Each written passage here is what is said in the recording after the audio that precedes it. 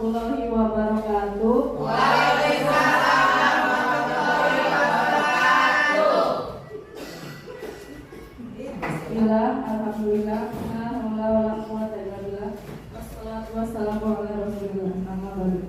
Yang terhormat Ibu Kepala Sekolah, Ibu Bapak Ibu Dewan Guru SDN Ciruas 1, terima kasih atas kehadirannya untuk memenuhi tugas saya sebagai calon guru penggerak angkatan 8 dengan melakukan diseminasi dengan tema budaya positif. Sebelum dimulai, mari kita buka ya SDN Ciruas 1 dulu ya. Semangatnya keluarkan. SDN Ciruas 1.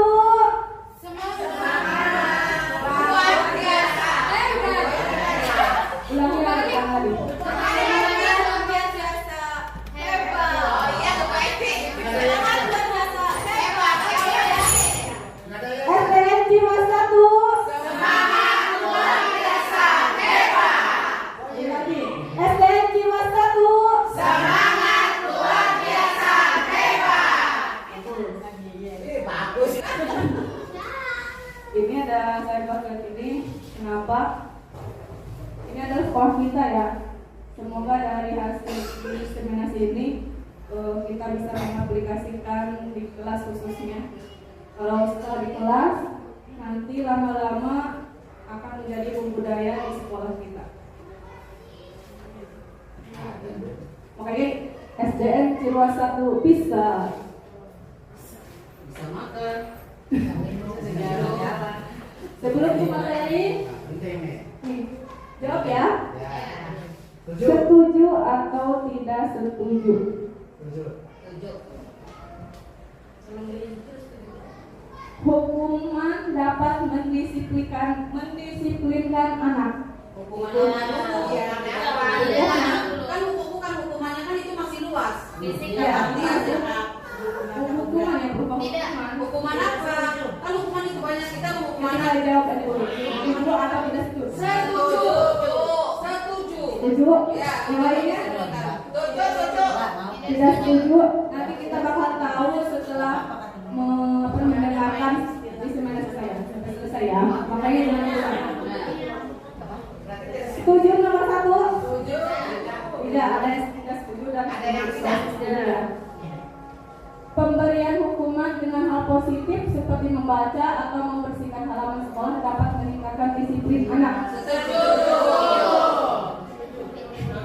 Memberi penghargaan dapat meningkatkan motivasi belajar anak. Setuju.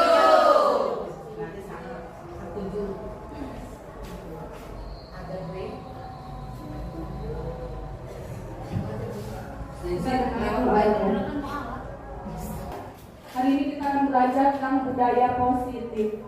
Apa sih Bapak Ibu budaya positif?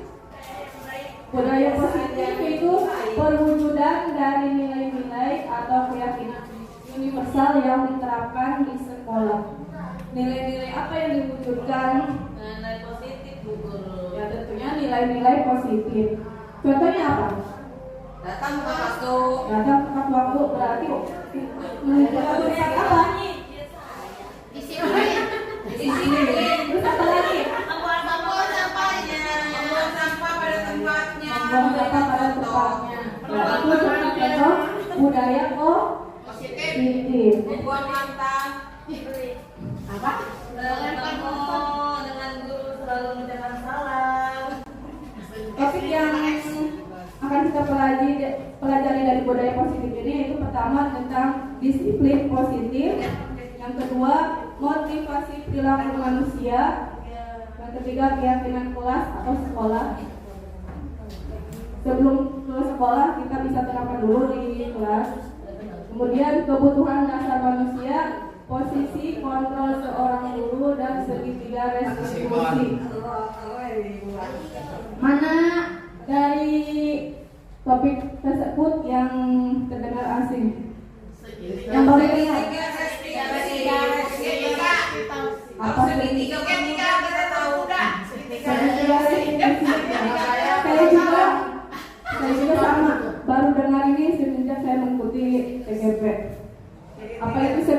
konstitusi nanti kita bahas ya. Bertahap. Sekarang kita melakukan permainan.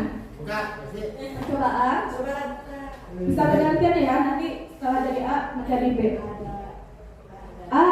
Ada A dan B. Misalkan A menggenggam benda yang sangat berharga. Ada benda berharga di genggaman kita. Kita erat dengan sangat kuat.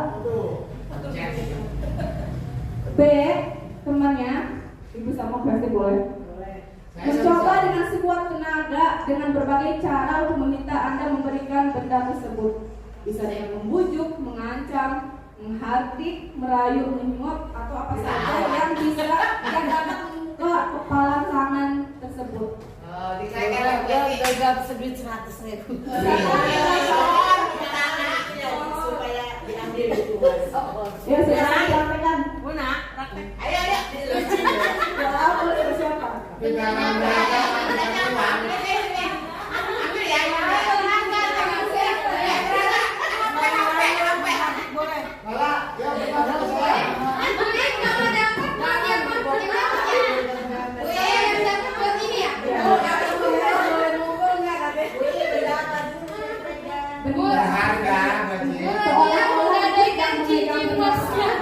Kalau punya saya yang punya saya punya.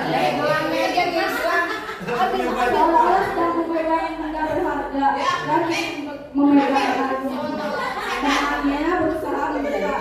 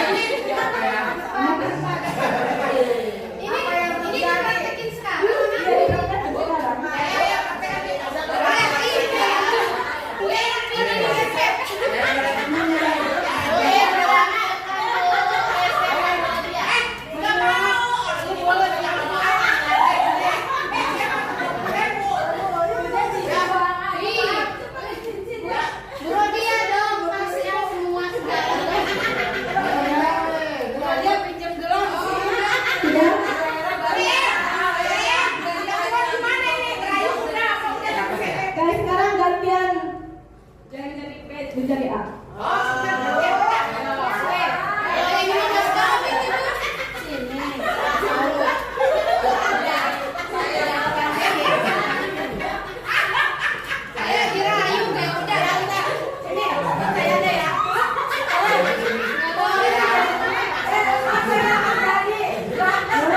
Apa yang terjadi?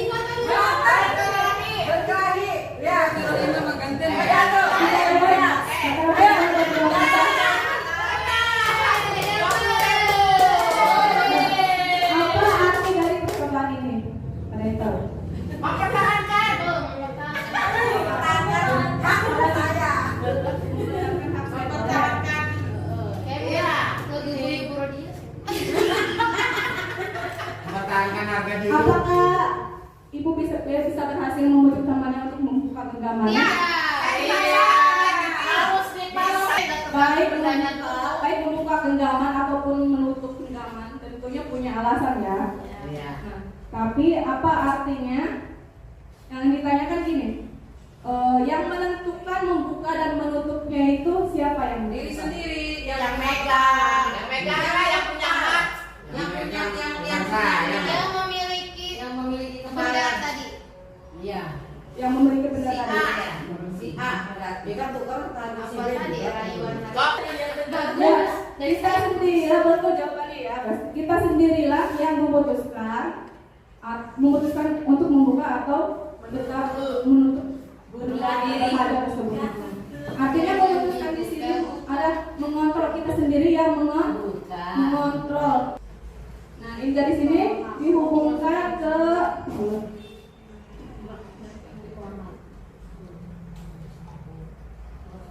kita hubungkan dengan disiplin ini dengan inilah yang mau saya hubungkan dengan disiplin positif yang selama ini kita taunya.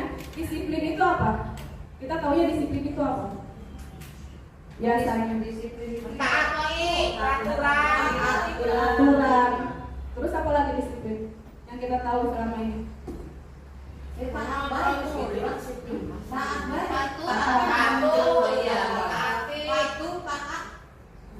Padahal disiplin itu bisa tumbuh dari diri sendiri. Sama-sama percobaan tadi membuka menutup bertahan itu tergantung siapa? Diri sendiri.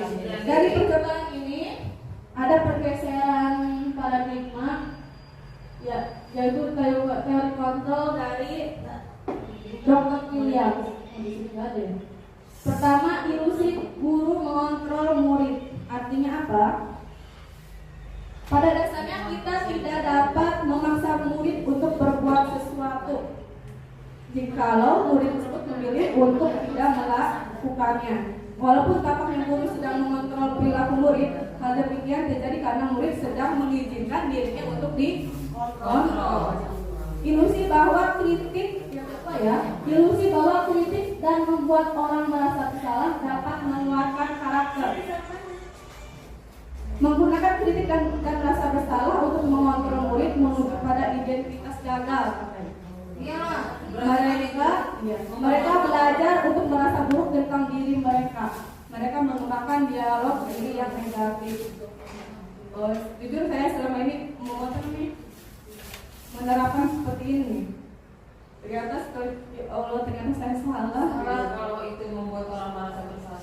Yang ketiga, ilusi bahwa semua penguatan positif, efektif, dan bermanfaat. Yang keempat, ilusi bahwa orang dewasa melihat untuk memaksa. Berikutnya, berkaitan dengan teori kontrol, kita harus mengubahnya. Berarti kita harus merubah paradigma kita dari stimulus respon ke teori kontrol. Mungkin kita pahami selama ini stimulus respon ya. Sekarang kita harus bergeser ke paradigmanya ke teori kontrol. Kita selama ini tahunya kebutuhan kita itu sama, padahal kebutuhan kita berbeda. Semua orang melihat hal yang sama, padahal setiap orang memiliki gambaran berbeda. Kita mencoba mengubah orang agar berpandangan sama kita. Seringnya kita seperti ini ya. Padahal kita berusaha harusnya kita berusaha memahami pandangan orang lain tentang dunia. Kita tidak bisa mengubah dunia. Berperilaku buruk dilihat sebagai suatu kesalahan. Kita sering melihat suatu perilaku buruk itu adalah sebuah kesalahan. Padahal semua perilaku, walaupun perilaku itu buruk, adalah tentunya memiliki tujuan. Kita pahami dulu nih sebelum menyalahkan orang. Oh, dia mungkin melakukan kesalahan tersebut karena melakukan tujuan. Orang lain bisa mengontrol saya, padahal hanya kita sendiri yang bisa mengontrol diri sendiri. Saya bisa mengontrol orang lain, padahal kita tidak bisa mengontrol orang lain. Pemaksaan ada pada saat rujukan gagal. Harusnya kolaborasi dan konsensus menciptakan pilihan-pilihan baru. Nah, di sini stimulus respon itu model berpikir menang kalah, ada yang aneh banget. Tapi dengan teori kontrol kita berpikirnya menang dan menang, tidak ada yang kalah. Selanjutnya disiplin positif. Kita tahu ya tadi ya, disiplin itu biasanya peraturan, apalagi hukuman. Padahal disiplin itu berasal dari kata disiplina yang artinya belajar. Disiplin mengacu pada disiplin diri yang memiliki tanggung jawab terhadap apa yang dilakukannya berdasarkan nilai-nilai yang diyakini. Disiplin positif merupakan salah satu penerapan disiplin yang bertujuan untuk menumbuhkan kesadaran serta memberdayakan siswa didik tanpa imbalan penghargaan, ancaman atau hukuman. Jadi anak itu melakukan atas dirinya sendiri gitu, bukan karena takut diancam atau hukuman atau mungkin dikasih penghargaan sendiri. Sebaliknya, ini tugas kita sebagai pendidik. Tujuan kita adalah menciptakan peserta didik yang memiliki disiplin diri sehingga mereka berperilaku mengacu pada nilai-nilai kebajikan universal dan memiliki motivasi intrinsik dalam perubahan perilaku ke arah yang lebih baik.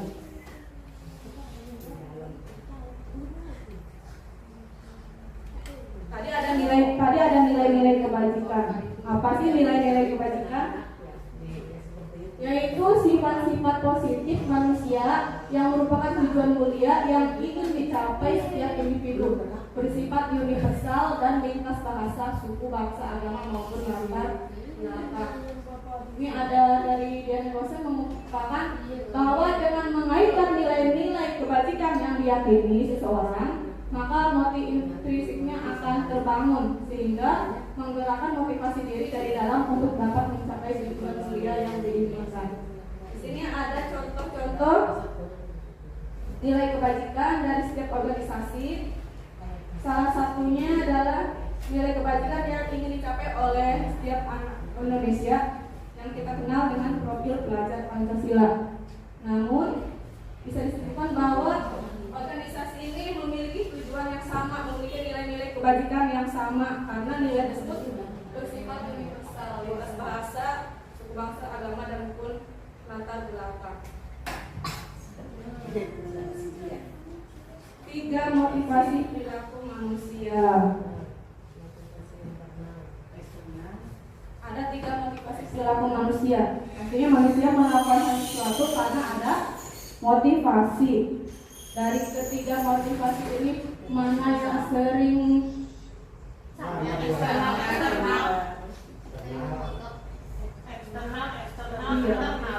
pilih yang ini. Dari motivasi ini mana yang sering ibu pilih? Yang mana? Untuk menghindari ketidaknyamanan atau hukuman, kita bisa melakukan datang pagi ke sekolah. Tujuannya untuk apa? Untuk menghindari ketidaknyamanan atau hukuman sama teman, misalkan untuk mendapatkan imbalan atau penghargaan dari orang lain.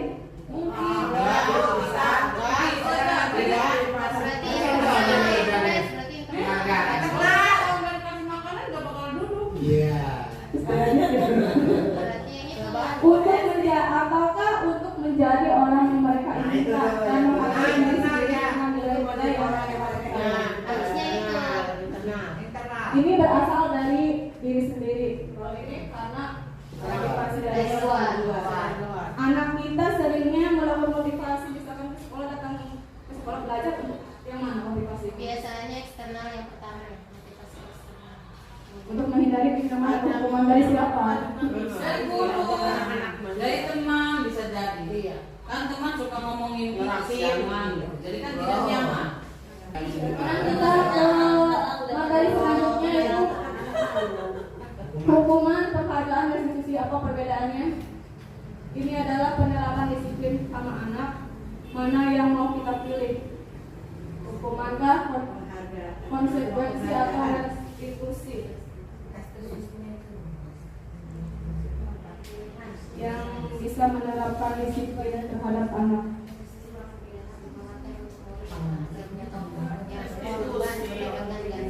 Kayaknya harus restitusi ya, adalah orang mendapatkan ganti itu ya. Kalau korban, katanya dapat Di gitu. sini banyak ya perbedaannya. Kita simpulkan. Hukuman itu perbedaan hukuman, konsekuensi, restitusi. Hukuman itu tidak terencana atau tiba-tiba. Misalkan ketika terlambat datang, tiba-tiba lari 3 kali telat. bisa. Murid tidak tahu apa yang akan terjadi dan tidak dilibatkan. Udah capek-capek lari dari rumah, telat datang ke sekolah. Nggak sekolah itu. Hukuman bersifat satu arah, misalkan sudah dari Guru. berupa hukuman yang diberikan bisa berupa fisik atau psikis, misalkan dengan kata-kata yang kasar. Kemudian konsekuensi terencana, disepakati sesuai aturan, misalkan aturan di kelas. Nah, gurunya sudah memberitahu kalau misalkan melanggar ini Akan begini. kemudian sanksinya apa? Sudah tahu dulu. Murid tetap dibuat, tapi di sini murid tetap dibuat tidak nyaman. Nah, sikap guru juga selalu memonitor murid, kita selalu mengawasi murid. Padahal capek juga ya mengawasi murid. Betul. Berarti yang mau yang ini mah benar-benar restitusi. Kemudian restitusi. Restitusi itu proses menciptakan kondisi bagi murid untuk memperbaiki kesalahan. Proses kolaboratif yang mengajarkan murid untuk mencapai solusi sendiri. Jadi Bapak Ibu mau melakukan yang mana? Restitusi. Bagaimana restitusi itu? Nanti kita belajar di pas dari terakhir ya. Nah, sekarang kita jawab nih. Paham tidak? Termasuk hukuman atau konsekuensi. Lari mengelilingi lapangan basket 2 kali karena terlambat hadir di sekolah. Hukuman. Ingat ya, hukuman. Ya. Nanti kita cek. Kemudian membersihkan coretan yang dibuatnya di meja tulis. Konsekuensi. Kemudian yang ketiga, menggantikan kertas tugas tenang yang telah dicoret-coret. Berjemur di lapangan basket pukul 12 siang karena membersihkan tumpahan air di meja tulis karena tersenggol pada saat belajar. Membersihkan WC sekolah karena mematahkan baju. Jawabannya?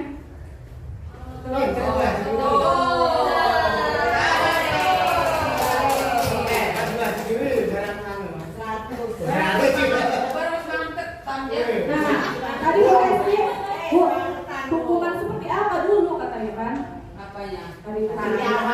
Apakah hukuman bisa mendisiplinkan anak? Bisa. Nah, sekarang kita jawab kan Hukumannya. Iya, dekat hukumannya salah satunya dihukum oleh penghargaan. Artinya apa? Disuruh nulis supaya tulisannya bagus.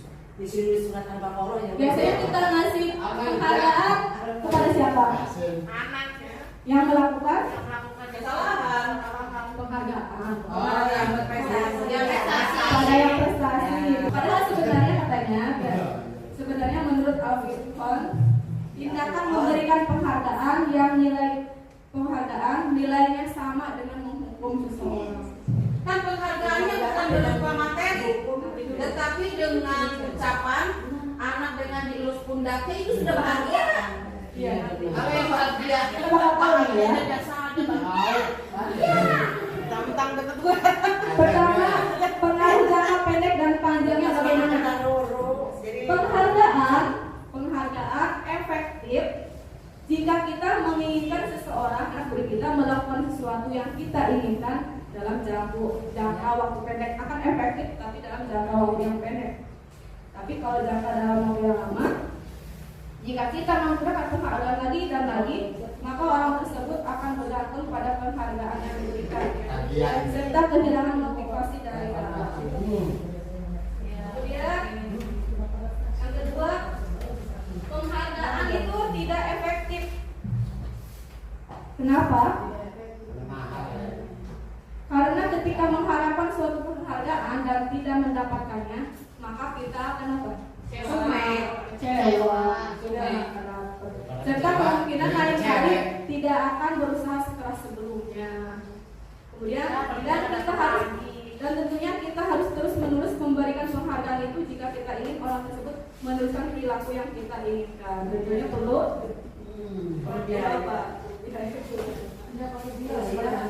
Yang ketiga, penghargaan merusak hubungan.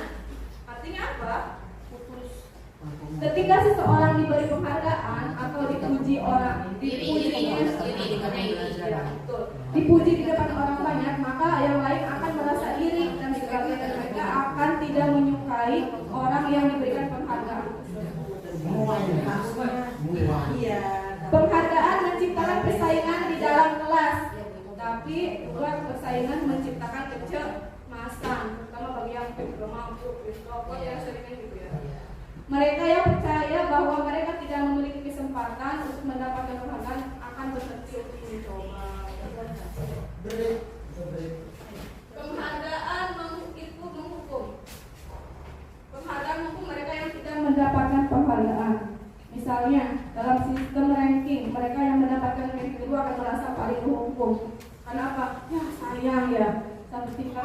Dua, Sudah hebat ya. memberikan penghargaan dan hukuman adalah hal yang sama karena keduanya mencoba mengendalikan perilaku seseorang, padahal kita tidak bisa mengontrol perilaku seseorang ya. Karena orang pada dasarnya tidak suka dikendalikan dalam jangka waktu yang lama, penghargaan akan terlihat sebagai hukuman. Kemudian penghargaan juga menurunkan kualitas, penghargaan mematikan kreativitas, dan penghargaan mematikan motivasi intrinsik karena berharapnya dari luar. Kita lanjutkan. Kenapa keyakinan kelas bukan peraturan kelas? Baru dengar keyakinan kelas? Kalau diyakini anak-anak kali ya. Kalau peraturan kan yang dibuat udah baku, tetapi kalau keyakinan ya harus. Kalau keyakinan itu kan apa yang dipercaya oleh siswa di dalam kelas itu yang dibuat oleh mereka. Kita keyakinan kepada Allah. Nah, ini gambarannya seperti ini. Mengapa tidak peraturan saja? Mengapa harus keyakinan kelas? Mungkin bisa jawab dari pertanyaan ini. Mengapa kita memiliki peraturan harus menggunakan helm bila mengendarai roda 2? Ada sebab akibat. Ya, Supaya kalau supaya tidak bocor. Banyak. berarti untuk apa? Berarti untuk keselamatan. Itu Hesti memakai apa? Tapi kalau berpikirnya, nah keselamatan itu ya itu yang diyakininya ya. Kalau misalkan memakai helmnya apa namanya karena aturan, kira-kira itu apa yang diputuskan? Karena dia yang Males kan? Gak ada polisi gitu. pakai helm itu ada polisi.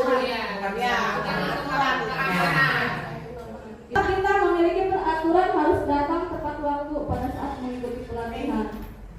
Lah action lah. Kapan Surakin. bukan disurahin. Ya, Tahu kalau aja. Oh yang lain udah datang saya terlambat. Berarti itu sifat apa? Disiplin waktu Dan juga menghargai waktu. ya. Ya menghargai. Menghargai diri sendiri.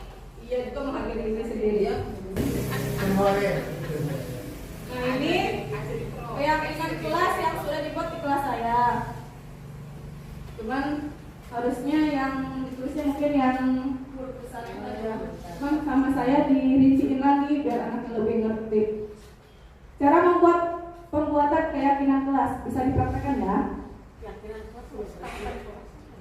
Mempersilahkan siswa, kita juga bisa buat nih.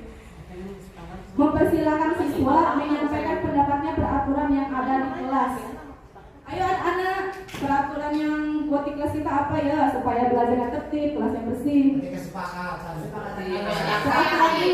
Keyakinan kelas sama kesepakatan kelas sama aja cuma beda ini doang. Beda warna. Setelah setelah anak-anak menyampaikan pendapatnya peraturan buat di kelasnya, boleh menggunakan memo itu kan screen note satu-satu gitu.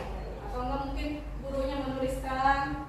Nggak ada loh kertasnya, suruh nulis aja satu-satu. Ya, atau anaknya menuliskan satu-satu, atau anaknya yang di sana perwakilan ayo tuliskan pendapat temannya. Atau japri lah.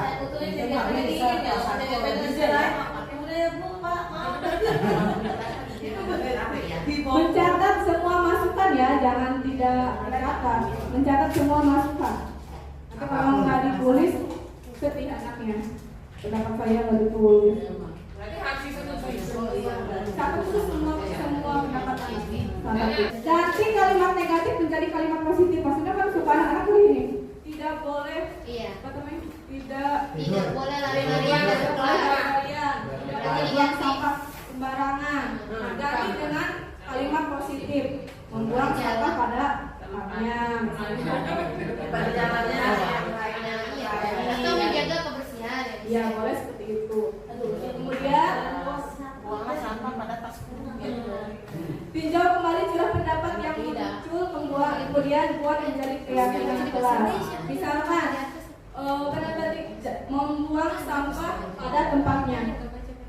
Hal yang kita yakini tujuan dari membuang sampah pada tempatnya untuk apa? apa? Disiplin juga. Nggak boleh gitu ya. Kata-kata disiplin, kata-kata menjaga lingkungan misalkan, itulah yang dijadikan sebagai keyakinan kelas. Banyaknya tadi keyakinan, kita cek lagi buat menjadi 3-7 keyakinan supaya apa? Diingat kalau keyakinan dan tidak. Kemudian kita menyetujuinya dan menandatanganinya. Kemudian setelah ditandatangani, kalau saya ini Cap jempol. Cari tiga berarti. cap jempol. Kemudian setelah dicap jempol disetujui bersama, ditempel di dinding. Itu jempolnya ditulisin nama juga ya. Kalau misalnya tulisan keyakinan kelasnya kalau diganti dengan peraturan kelas, bisa nggak? Kalau peraturan paling Beda kan lagi lebih rasanya. lebih apa namanya? Iya, tapi kan hasil Kalau kita hasil mau dari apa anak tante barang? kan kita kan bisa Kesepakatan lihat kelas. kesepakatan mau kayak bagaimana. Misalnya yang satu, kalau misalnya pagi nih, Kesepakatan kelas. kalau yang siangan ada yang nggak baca doa, ini maunya gimana? Kan anak tuh kan mau tuh yang nomor satu, nanti yang nomor dua setelah membaca di atas bagusnya, baca doa segala, yang kedua apa? Misalnya anaknya datang terlambat harus bagaimana, kan itu persetujuan anak-anak. Apakah itu termasuk pada peraturan atau peraturan kelas atau keyakinan? Peraturan. Nanti dari situ tuh apa namanya? Harus Peraturan keyakinan. Berarti ada dua dong. Itu tujuannya untuk apa? Nilai yang kita yakinnya apa gitu? Ya, Kalau itu kan tadi Kebiasaan itu maksudnya. apa namanya? Kalau ngaji itu termasuk apa tuh yang keyakinan. Tujuannya begini ya. Yang pertama tentang husna, tentang doa. Itu kan tujuannya supaya anak ini tidak menyepelekan ketika teman-temannya berdoa itu harus menghargai. Berarti nilai keyakinannya menghargai. Tulis menghargai, kita saling menghargai. Nah, nanti dijelaskan sama Bu Hesti. Yang saling menghargai itu contohnya seperti itu tadi apa namanya? Ketika membaca. Gitu. Jadi saling menghargai itu yang ditulis. Nanti Umumnya ya. umumnya lah istilah. Kemudian nanti kalau melanggar seperti apa? Iya, konsepsinya. Seperti apa? Nanti selanjutnya ada penjelasannya. Kemudian kebutuhan dasar manusia. Dasar manusia yang pertama yaitu bertahan hidup. Ada orang bertahan hidup ini yaitu kebutuhan akan kebutuhan fisiologis, biologis dan psikologis.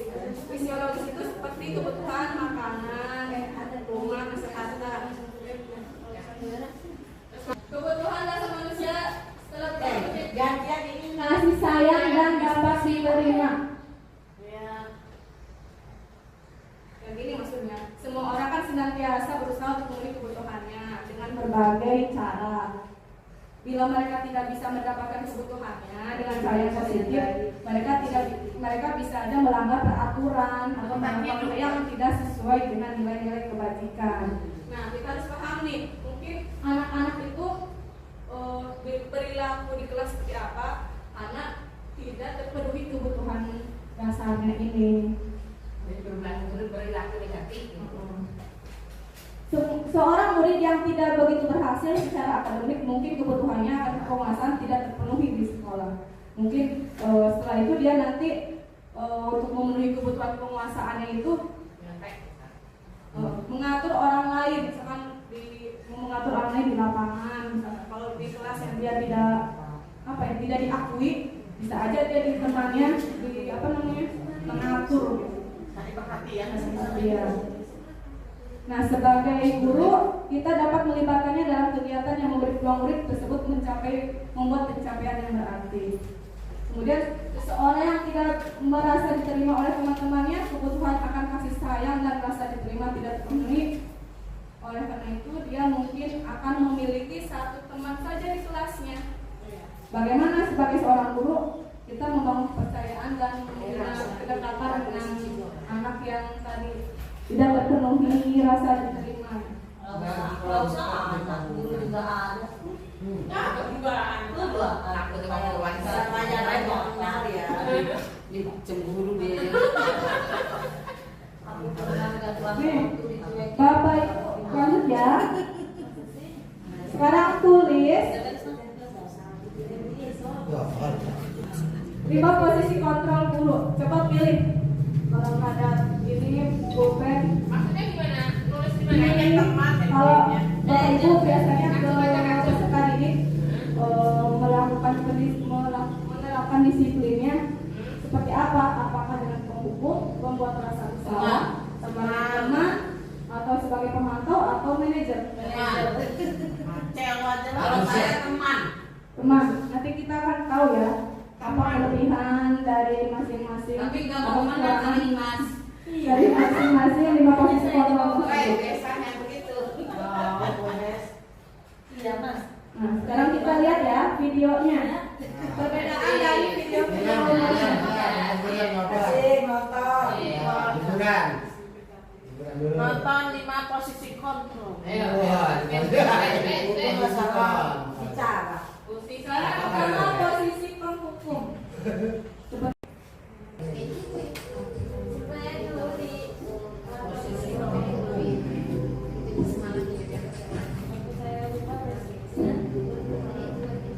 Jangan, sini kamu. Selalu terlambat. Kamu deh pasti terlambat. Maaf Bu, saya Apa? Apa coba? Alasan kamu apa lagi? Kapan sih kamu tidak terlambat? Malas sekali ya kamu jadi anak. saya Dasar pemalas. Gak kapok-kapok sih kamu. Sudah berapa kali terlambat? Sana, kamu keliling lapangan basket 2 kali. kenapa saya harus keliling lapangan basket Bu? Kenapa? Kamu malah ibu. Berani-beraninya jawab. Sudah terlambat, masih berani jawab pula. Sekarang, keliling lapangan basket 5 kali sekalian. Biar kapok. Cepat. Pergi sana ke lapangan basket. Selanjutnya yaitu posisi yang kedua itu pembuat rasa bersalah.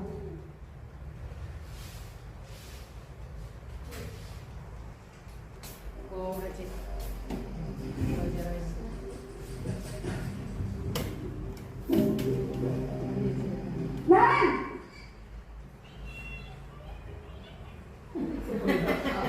Selamat pagi Bu. yang mana Nan? Kamu kenapa terlambat lagi Nak?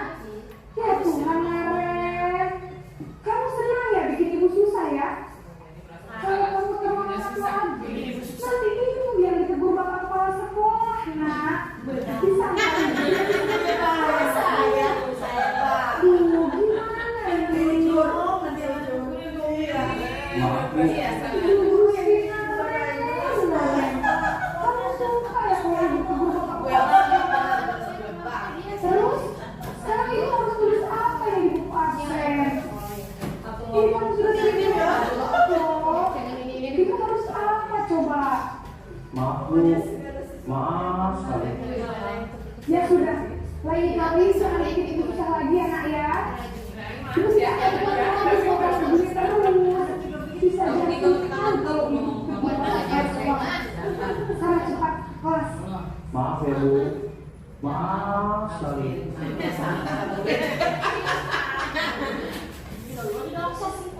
Selanjutnya yaitu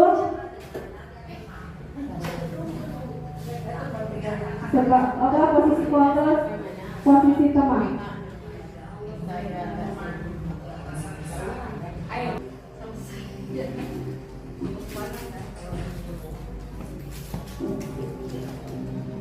Nan, Yang kami ini makanya videonya satu. wah sudah jam berapa ini Nak? Terlambat lagi ya saya. Iya Bu, habis. Saya Bu. Kamu malah menyalahkan ibu kamu.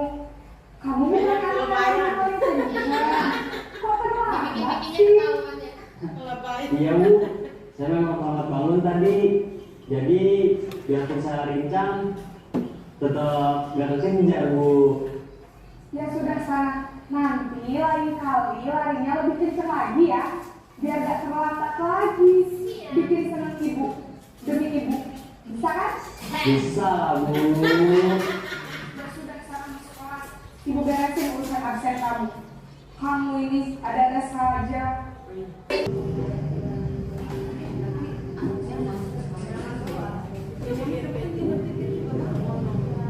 Nan!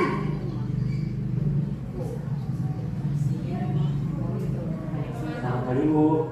Naren, apa peraturan sekolah kita tentang jam berapa kita harus masuk sekolah, Nak? Kita harus di sekolah jam 7 Bu.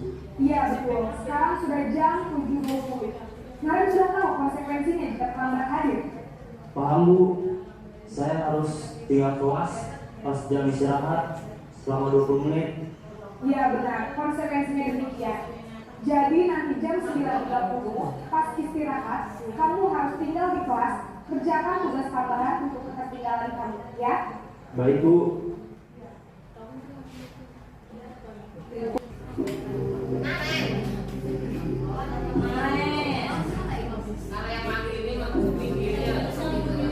Naren!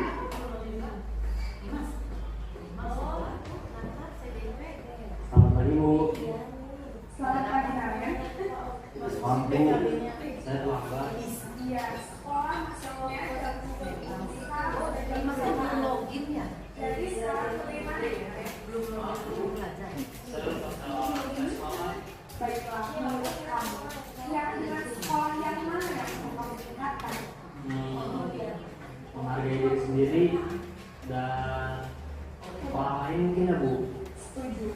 Jadi, apakah Naren meyakini prinsip saling menghormati tersebut? Iya Bu, saya meyakininya. Apakah Naren bersedia memberikan masalah keterlambatan ini? Bersedia Bu. Bagaimana kalau perbaikan masalah keterlambatan ini? Tapi kayaknya bahasanya nggak gitu ya. Terlalu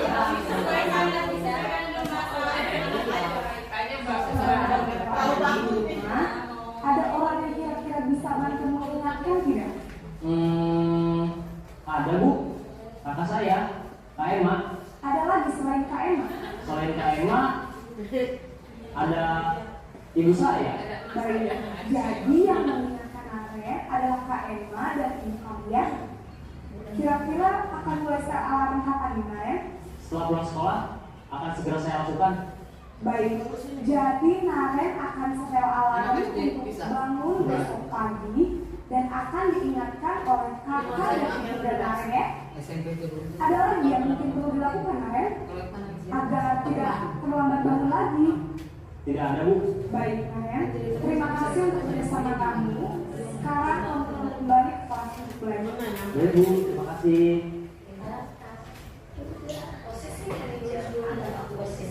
Kamu yang tadi sudah lihat ya, kesimpulannya.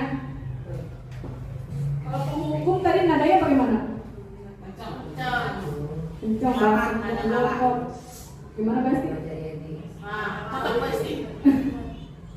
Kemudian hasil yang terjadi jika kita melaksanakan hukuman pada anak itu kemungkinan murid marah dan menderita atau bersifat agresif, tidak menyukai guru atau mata pelajaran yang kita ajarkan. Kemudian pembuat rasa bersalah. Dulunya saya sering kayak gini nih, ngecewain ibu kamu mah gitu. Kita sering kayak gitu saya dulu. Nadanya itu suara memelas. Kemudian hasil yang ketika menerapkan posisi pembuat rasa bersalah, murid akan merasa bersalah telah mengecewakan ibu bapak ibu gurunya. Murid akan merasa menjadi orang yang gagal dan tidak sanggup membahagiakan orang lain. Malah ini bisa dikatakan lebih berbahaya daripada menghukum. Sebagai teman, basic, murid yang dihasilkan yaitu murid akan merasa senang dan akrab dengan guru. Ini termasuk dampak positif. Namun di sisi negatifnya, murid tersebut akan tergantung sama guru tersebut. Bila ada masalah, dia merasa bisa mengandalkan guru tersebut untuk membantunya. Kemudian pemantau, posisi pemantau yang dihasilkan itu murid memahami konsekuensi yang harus dijalankan karena telah melanggar salah satu peraturan sekolah. Guru tidak menunjukkan suatu emosi yang berlebihan, membangkang atau membuat rasa bersalah. Tetapi di sini murid tetap dibuat tidak nyaman. Guru tetap harus memantau murid saat mengerjakan konsekuensinya. Guru tetap memantau. Kemudian terakhir yaitu manajer.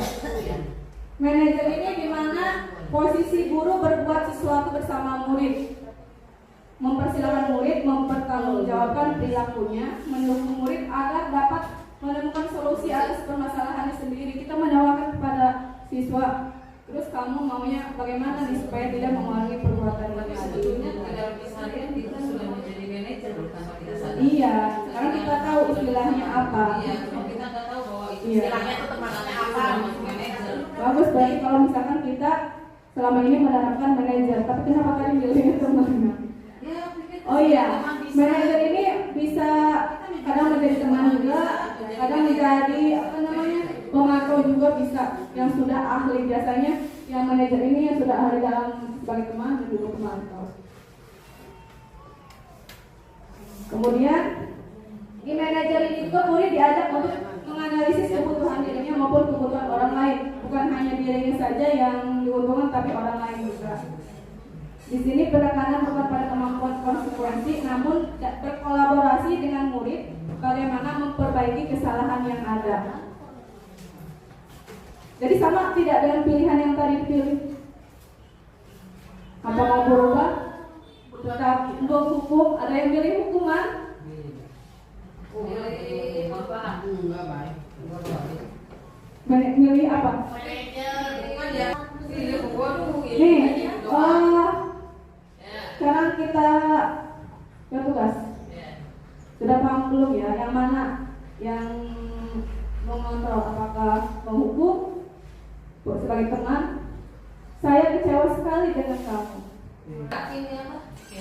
Pemantau itu ya. Yang kedua Membuat rasa bersalah. Kamu tidak pernah benar melakukannya. Apa? Pemantau. Ayolah lakukan demi ibu atau bapak. Apa?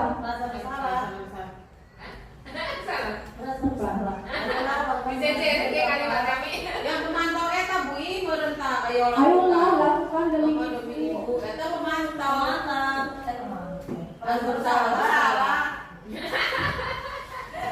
teman. Saya kecewa sekali dengan kamu. Itu membuat orang merasa bersalah. Kamu tidak pernah benar melakukannya. Ayolah lakukan demi ibu. Gitu. Tapi nggak sih kita sebagai teman nggak suka ngomong begitu. Jangan dengan ibu. Beneran sumpah. Mungkin sebagai manajer gitu. Coba sih nggak bisa kan gitu kan. Kamu mau kayak gimana gitu. Sama aja. Tapi bukan teman. Ayolah lakukan untuk ibu. Beda bahasa ya. Bagaimana kamu bisa menyelesaikan masalah ini? Manajer. Kamu selalu yang paling terakhir. Nah, sekarang terakhir. Segitiga restitusi. Apa segitiga restitusi? Itu suatu proses dialog yang dijalankan oleh guru agar dapat menghasilkan murid yang mandiri dan bertanggung jawab. Itu mau untuk Berkelompok. bukan itu mau untuk si Resti anaknya mantu sih. Segitiga restitusi ini terdiri dari 3 tahap. Dibentuknya dari segi. Terdiri dari 3 tahapan. Yang pertama, menstabilkan identitas. Segitiga restitusi ini menggunakan manajer ya. Tahapan, memang ada tahapannya. Menstabilkan identitas dulu pertama. Setelah menstabilkan identitas, kita melakukan validasi kebutuhan. Selanjutnya, menanyakan keyakinan.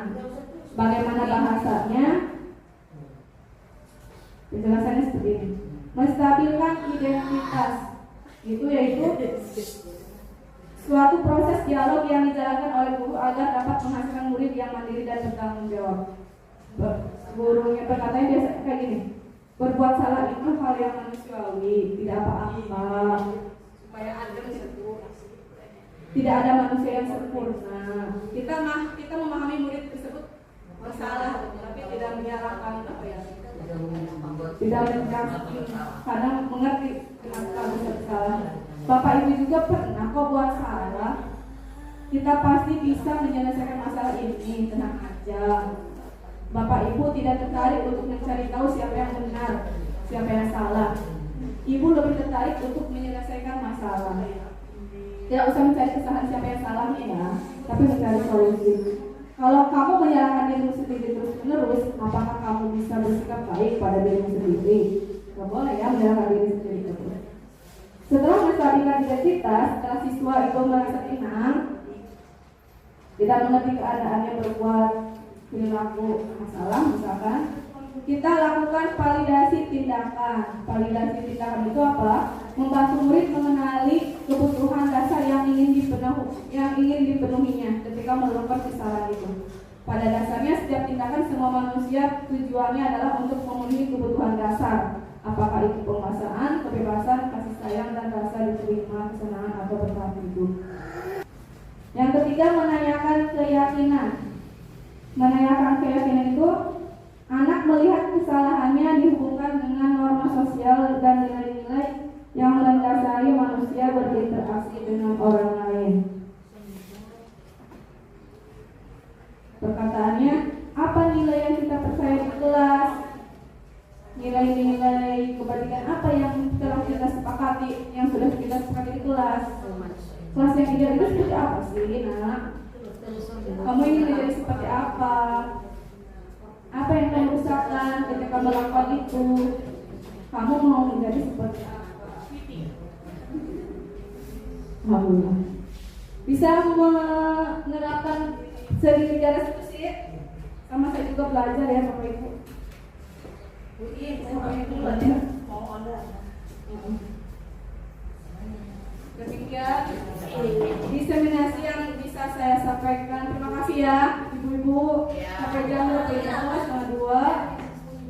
Mohon maaf atas kekurangannya. Saya juga masih belajar. Ini mari kita akhirnya baca.